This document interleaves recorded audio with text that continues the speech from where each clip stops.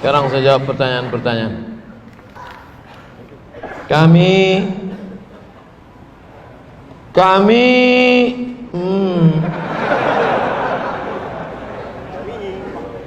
Kami mengkredit kendaraan, tapi setelah setengah bayar kami tahu kalau itu riba. Kami ingin melunasinya namun belum sanggup. Kalau kami berhenti, kami susah untuk pergi kerja atau pergi jauh, dan juga sudah setengah dibayar. Apa yang harus kami lakukan? Kredit sepeda motor, buka HP sudah, tulis di Google itu Somad Morocco, SOMAD MOROCCO, sudah, spasi kredit KREDIT, kredit, enter. Udah terbuka? Nah, itu dia tulisannya. Itu dia, somadmorocco.blogspot.com. Tulisan ini sudah dibuat Abdul Somad 25 Agustus 2010. Berarti tulisan ini udah berapa tahun udah? 9 tahun. Kenapa tak kalian buka?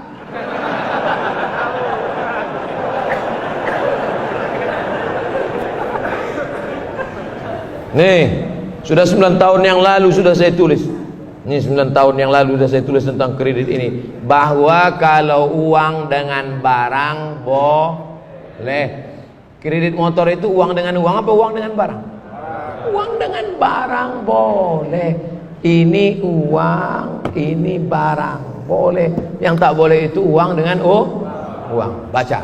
Tolong nanti ini share. Sekarang juga share. Share ke grup-grup. Cara nge-share-nya ini ku ajarkan. Dah, yang di atas itu kan ada titik 3 paku 3 itu. Nah, share, masukkan ke grup-grup, masukkan ke grup. Nah, itulah enaknya kalian ngaji kalau sama ustadz cerdas. Dah, nanti sampai pulang ke rumah di print. Nah, ini bisa di print. Nah, di atas tuh print, print. Tempelkan ke dinding-dinding masjid. Nah, cuma hindari jangan sampai bayarnya terlambat, nanti kena denda. Uang dengan barang tidak riba. Uang dengan uang baru riba. Emas dengan emas riba. Uang dengan uang riba Pak Ustaz? Riba. Lalu kita ke Makkah itu bawa rupiah membeli ringgit, bawa rupiah beli dolar, bawa rupiah beli rial. Kenapa tak riba? Yadan biyadin, cash. Kalau cash ini 1 juta beli 300 rial, sah karena tidak kredit. Tapi kalau ini aku beli, aku bayar 2-3 hari lagi, tak boleh karena harga berubah. Nah, ini tentang masalah kredit barang. Jelas? Ustaz, ketika tilawatil Quran dan sholawat sering jamaah sautan Allah di akhir bacaan itu, apa hukumnya Pak Ustaz? A'udzubillahi minasyaitonir rajim. Allah. Bismillahirrahmanirrahim. Allah. Inna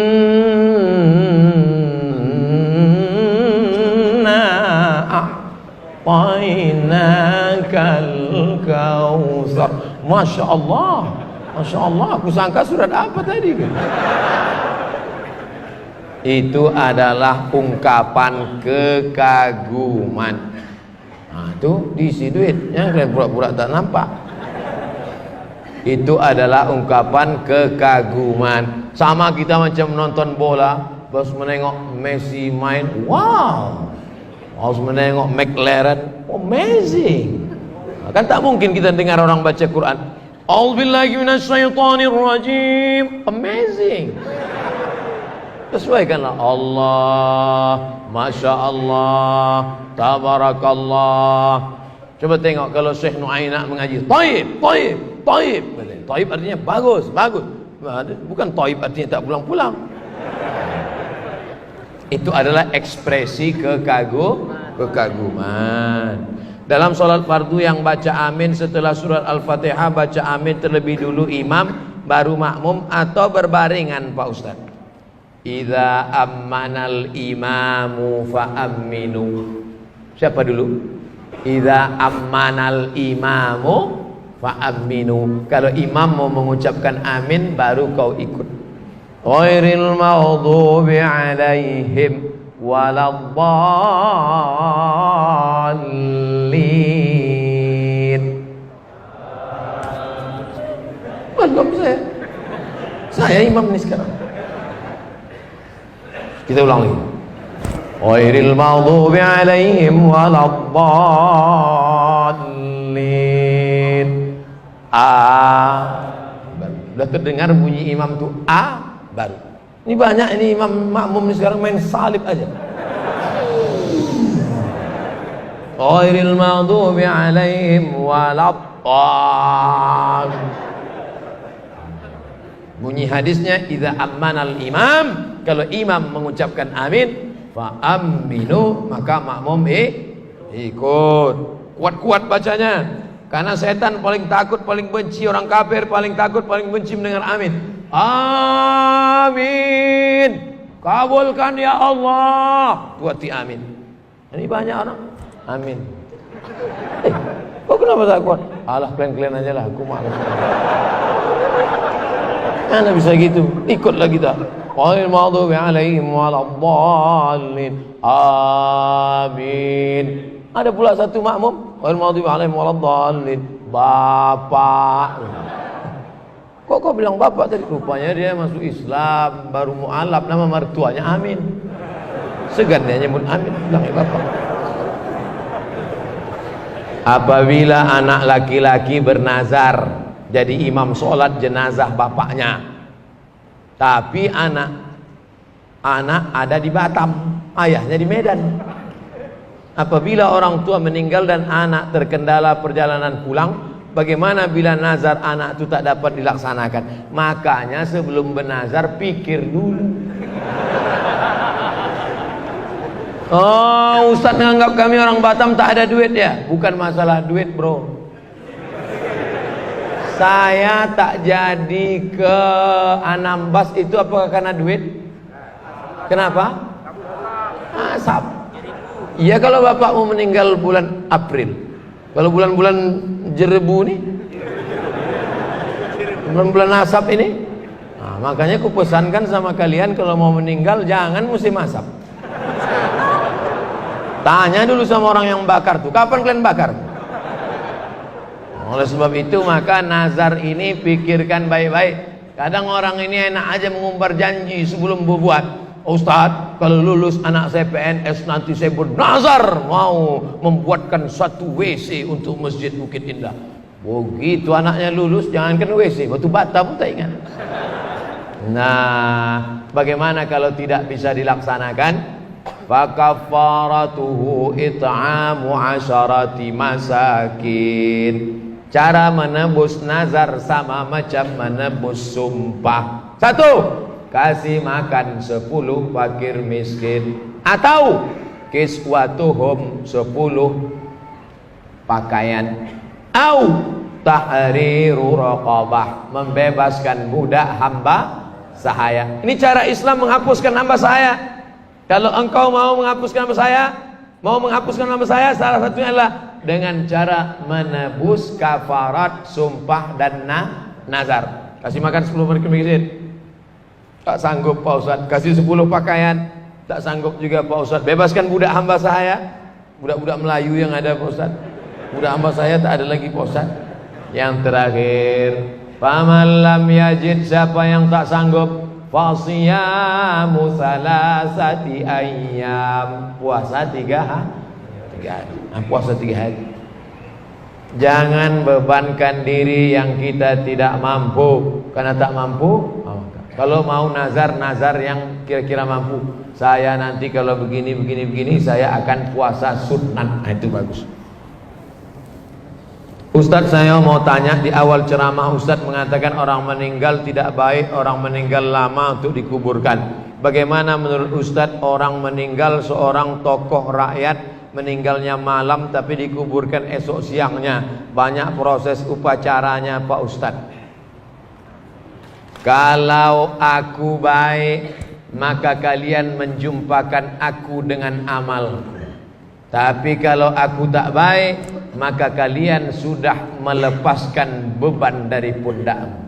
Aku Abdul Somad. Kalau aku mati, aku baik, cepat-cepat kalian kebumikan, itu mempercepat aku berjumpa dengan amalku. Tapi kalau aku tak baik, maka kalian cepat-cepat menghilangkan beban dari pundak. Makanya orang meninggal itu lebih cepat, lebih baik. Lebih cepat, lebih baik kuburkan. Bagaimana ini dengan tokoh masyarakat, dengan itu, dengan itu, dengan ini? Kita kan malam ini ngaji menurut Quran dan Sunnah dan fatwa para ulama. 3 yang kita ikut: Al-Quran, Sunnah, Al-Ulama, Warasatul Anbiya. Nah, kita kaji malam ini itu. Kita bukan ikut tokoh fulan, tokoh ini, tokoh fulan, tokoh adat, tokoh masyarakat, tokoh besi, tokoh kelontong.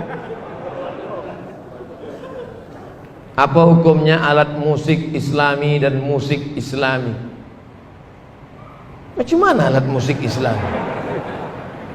Ini gitar yang buncitnya ke dalam Islami gitu. Kalau gitarnya rata, ini gitar kafir gitu. Mana ada alat musik Islami? Suling tak ada. Ini suling syariah, ini suling konvensional. Mana ada?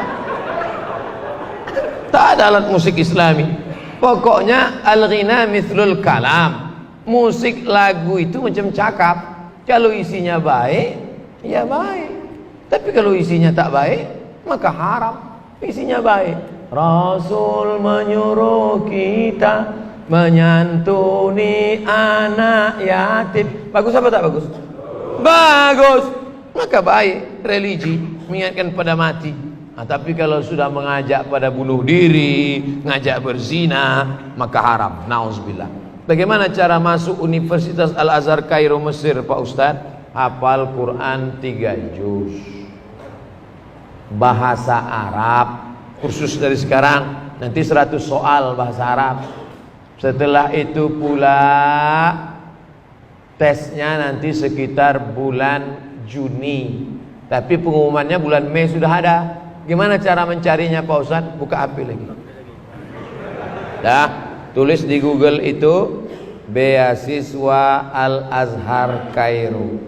Beasiswa Al-Azhar. Inilah payahnya masyarakat. Tinggal nulis ini pun tak tahu dia. Ini syarat beasiswa Al-Azhar Kairo, beasiswa santri Al-Azhar Kairo, beasiswa. Makanya belilah paket pendaftaran beasiswa. HP itu tak perlu mahal, yang penting cepat dia searchnya.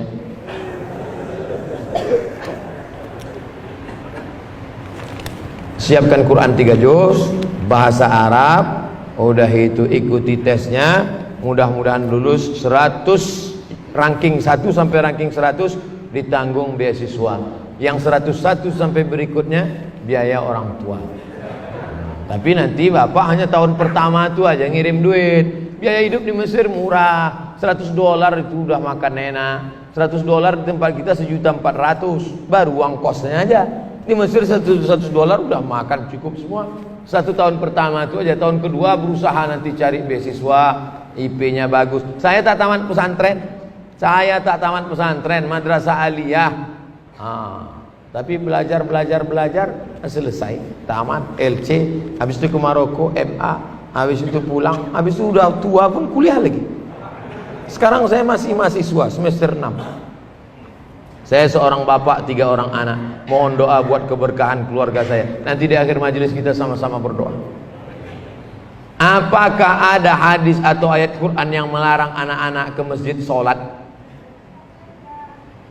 Karena setiap dengar azan, anak saya yang bungsu selalu nangis minta ikut ke masjid.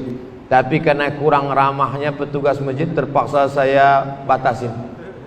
Ada enggak anak masjid? Nabi lama sujud sampai makmum di belakang heran, ini wahyu kok turun pas sujud. Setelah Nabi bangkit, barulah sahabat di belakang tahu, rupanya cucunya naik ke atas. Itu menunjukkan bahwa membawa anak kecil boleh, tapi cucu Nabi. Tak macam cucu kita. Cucu Nabi itu tengoklah patuh, baik. Cucu awak macam hantu. Makanya ulama membagi anak kecil itu menjadi 3 level. Anak kecil itu menjadi 3 level. Pertama namanya sobi. Apa namanya? Sobi. Di atas sobi itu namanya mumayyiz. Di atas mumayyiz itu namanya amrod. Sobi 5 tahun, 4 tahun ke bawah. Ini tak bisa. Karena dia tak bisa membedakan mana kawan, mana lawan, mana makanan, mana kotoran. Tak bisa. Nah, inilah umur 5 tahun ke bawah ini kalau kita gini kan, kita pula diginikannya. Tak bisa. Dari umur 5 mumayyiz, umur 5 sampai agak-agak mau akil balik. 5 ke 10. Nah, ini mumayyiz. Mumayyiz. Nah, nanti kalau ayah sholat diam ya nak ya. Diam ya. Jangan nganggur. Itu bisa. Diam ya. Ini mumayyiz. Bajunya Abdul Somad pula. Ini mumayyiz. Yang mumayyiz ini bisa. Nanti kita letakkan dia kalau di anak di sudut sana ya. Mumayyiz bisa. Yang amrod ini amrod artinya udah hampir tumbuh bulunya tapi masih halus.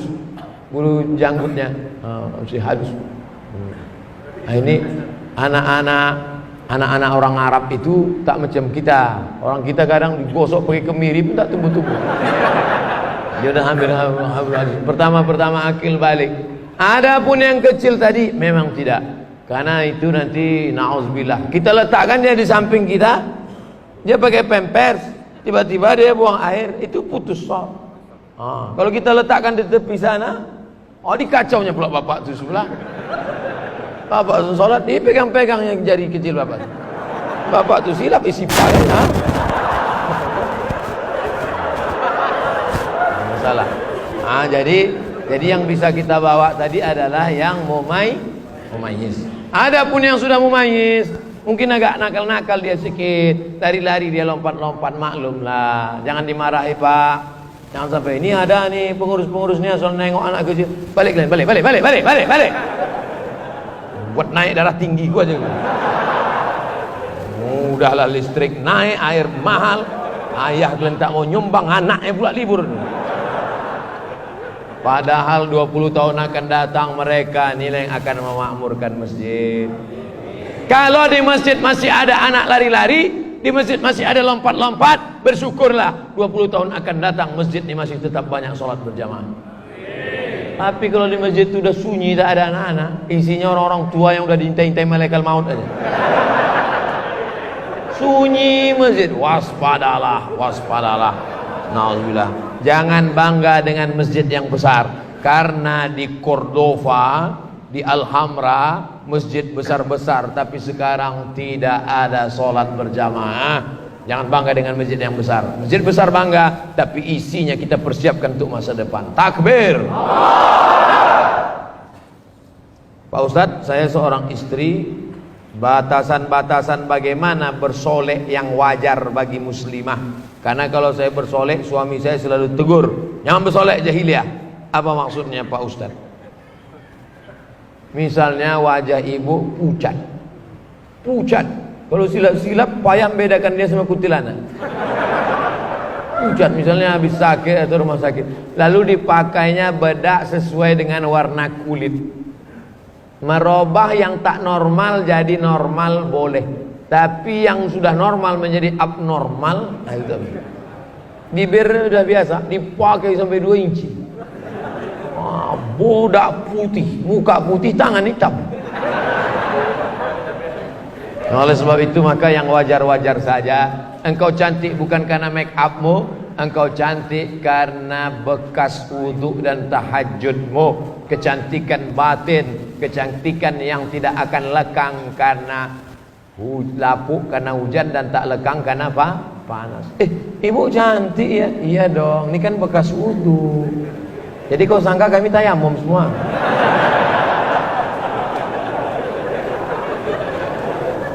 Jangan bersolek-solek jahiliyah, karena sebenarnya orang yang bersolek itu adalah dimainkan setan. Wala udillannahum, kusesatkan mereka. wala umanniyannahum, ku buat mereka berangan-angan, berhalusinasi, berimajinasi, aku yang paling cantik, aku yang paling mancung, aku yang paling putih, aku yang paling, padahal orang nengok biasa aja. Berhalusinasi, berimajinasi dengan pikirannya. Oleh sebab itu maka perempuan lebih baik menutup wajahnya pakai cadar. Tapi kalau tak sanggup pakai cadar, pakai hijab, wajahnya biasa-biasa saja. Bagaimana kalau saya selalu takut akan kematian, takut karena amal ibadah belum banyak, takut anak-anak putus sekolah atau terlantar? Manusiawi. Takut mati karena amal belum banyak, maka perbanyak amal. Takut nanti kalau mati anak belum belajar agama, maka bawa anak masukkan pesantren. Positif. Tapi kalau takut sampai stres depresi, itu berarti diganggu jin. Alladzi waswisu fi. Kalau sudah kena itu, obatnya adalah ruqyah. Ruqyah sendiri tak bisa Pak Ustaz, tak bisa. Kadang kita pun diganggu setan tak kuat, minta ruqyah sama orang yang kuat, datang ke ruqyah syariah, ustaz-ustaz kita yang imannya kuat, yang zahir batinnya kuat. Saya punya 3 orang anak perempuan, yang 2 orang sedang menuntut ilmu di pesantren setingkat SMA, hadiah berarti. Sebagai seorang ibu, saya selalu menuruti kemauannya dengan laundrynya, jajannya, dan keperluannya. Apakah saya melakukan hal itu benar? Karena menurut saya agar anak saya bisa fokus belajar. Tak ada gunanya ilmunya banyak, tak pandai mencuci baju. Tak ada gunanya bahasa Arabnya hebat, bahasa Inggrisnya berapi-api, hafalan Qurannya hebat, tapi mengangkat piring nasinya dari meja pun tak tahu. Ada tak orang model begini? Ada. Kami dulu di pesantren cuci sendiri, gosok, tak disetrika Pak Ustaz? Enggak. Kalau tak kusut, tak kami peras, cuci, gantung. Jadi seimbang antara dia hidup intelektual dengan bagaimana berinteraksi sosial. Kalau semua dimanjakan, makannya catering, pakaiannya gosok, sampai mengangkatkan piring nasinya pun dia tak tahu, nanti dia mau jadi apa? Dari kecil terlonjak-lonjak, sudah besar terbawa-bawa, sudah tua terubah? Tidak. Oleh sebab itu kami pun dulu di pondok pesantren, tapi tetap pandai mencuci baju, tetap pandai memasak, tetap pandai melipat, tetap pandai menyetrika, sampai ke Mesir juga belanja. Jadi pendidikan baik, tapi pendidikan juga membentuk orang berakhlakul karimah menjadi mandiri, bukan dimanjakan. Sekarang banyak sekolah yang memfasilitasi segala sesuatu, akhirnya jadilah dia menjadi intelektual tapi tidak berakhlakul karimah dan selalu menggantungkan diri pada orang lain. Nauzubillah. Terinspirasi kisah Bilal bin Rabah yang sandalnya masuk surga karena tak pernah meninggalkan sholat wudhu. Saya juga membuat amalan, yaitu membaca surat Yasin selesai maghrib di rumah dan dimanapun. Alhamdulillah sudah hampir 1 tahun berjalan, tak pernah tinggal. Apa dan bagaimana keadaan tetap saya lakukan? Apakah saya salah membuat amalan seperti ini? Gimana salahnya?